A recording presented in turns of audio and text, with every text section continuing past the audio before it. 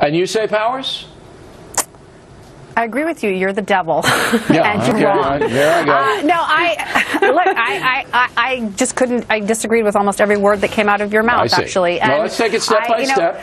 Okay, and I think that if you're going to invoke the Bible, Judeo-Christian standards, there was no but. There was no take in the refugee and care for the poor, but maybe not because it might be too hard for you and it might be too expensive. Well, what if it's impossible, though? What if it's impossible? Okay, so here's another problem with what you said. Okay. It's a false choice when you say we can't take care of the entire world's poor. Correct. Well, no one's asking us to take care of the entire world's poor. This is 50,000 to 70,000 children. We actually can take care of them, and we always have enough money whenever somebody decides that we need to go invade a country in the Middle East. No one ever asks where that money's coming from. But you're going to tell me that we can't afford to pay for 50,000 children? Wait, Powers. More coming every day, all right? This isn't like... Make it 100,000. Are you seriously saying we cannot help take care of those children? Well, you have 12 million in here now. I mean, it's not... But where do you cut it off, Powers? Where do you stop it? We're talking about the children. This segment is about the children. Where do you stop it, Kirsten? I would say every child that comes into this country we should take care of. Everyone in the world. That's what I would say. All the Chinese. They're not coming in. Really, all the Chinese are going to come to the United States, Bill. If they could, they would. I mean, but they can't. We're talking about if you were president, they would. But you cannot. Oh, really? How would they? Would they fly over here? No, they'll take a little boat, Kirsten, and it'll be people smugglers like there are now. I mean, come on, Bill. This is our border. We're talking about children that are coming over our border, and you basically are invoking all this stuff about. I don't even understand what your argument is that we're supposed to send them back. I'll talk slowly so you understand it. We can't afford to do this. The country cannot afford. It's ridiculous. We have a $17 trillion debt here. I've never heard you say that we can't afford to invade Iraq. Which we couldn't. We can't afford the nation building anymore. We couldn't afford it, but you didn't say that when we invaded Iraq. You didn't say we can't afford to do that. But you didn't say prior to it. Now you're saying we can't afford. So you want to go? Why don't you go down there and tell those kids to go home? All right, fine. So you want every kid in the world who comes here, you think America should take care of? Yes, you did. I said the children that come across the border. Am I wrong? Did she just say that? Wait, Kirsten. Let's let Monica jump in. Into this country, we should take care of. Did she not say that every child who shows up here we should take care of? If there's a child in distress, Monica actually understands me.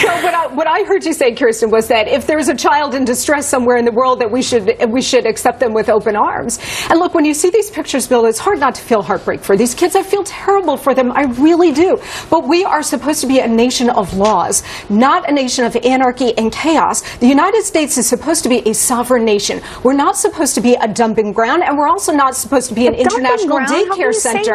Look, you know what? Whether or not this administration orchestrated this or not, they didn't orchestrate it. It's the natural progression. Wait a minute. This is clearly a result of Obama's policies. Number one, he took executive action. I don't want to inject politics. Border security, but you have to understand where it's coming from, Bill. This just I think we all understand a couple of things. That number one, the federal government cannot or will not control the southern border. Number two, there are millions and millions of poor people in Mexico and Central and South America who desperately want to get here. We all understand it.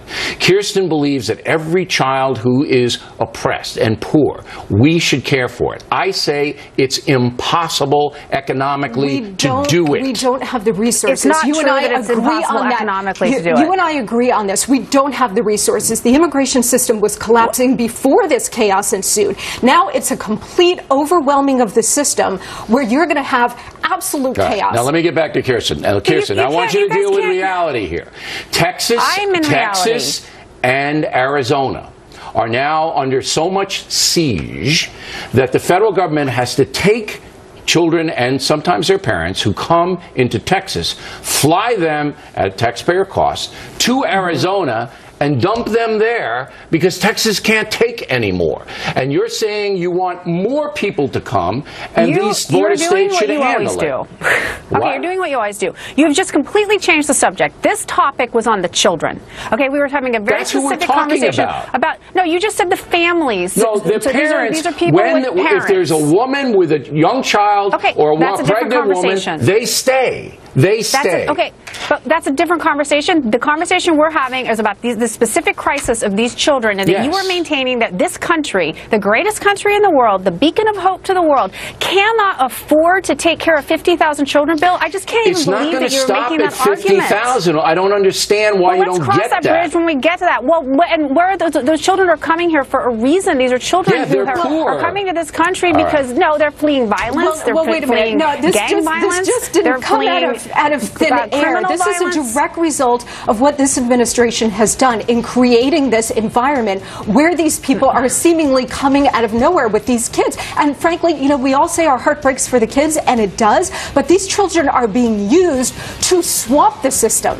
And guess what? These children will be reunited with their parents here in the United States, and they're all going to stay. No doubt about it. If they don't get that border under control, there's going to be another 15 million with their parents. I mean, who would ever thought that to happen? They're here illegally, Kirsten. Okay, that was good. It's a good debate. I'm sure we're going to get a lot of mail, and I will read it tomorrow. Plenty more ahead.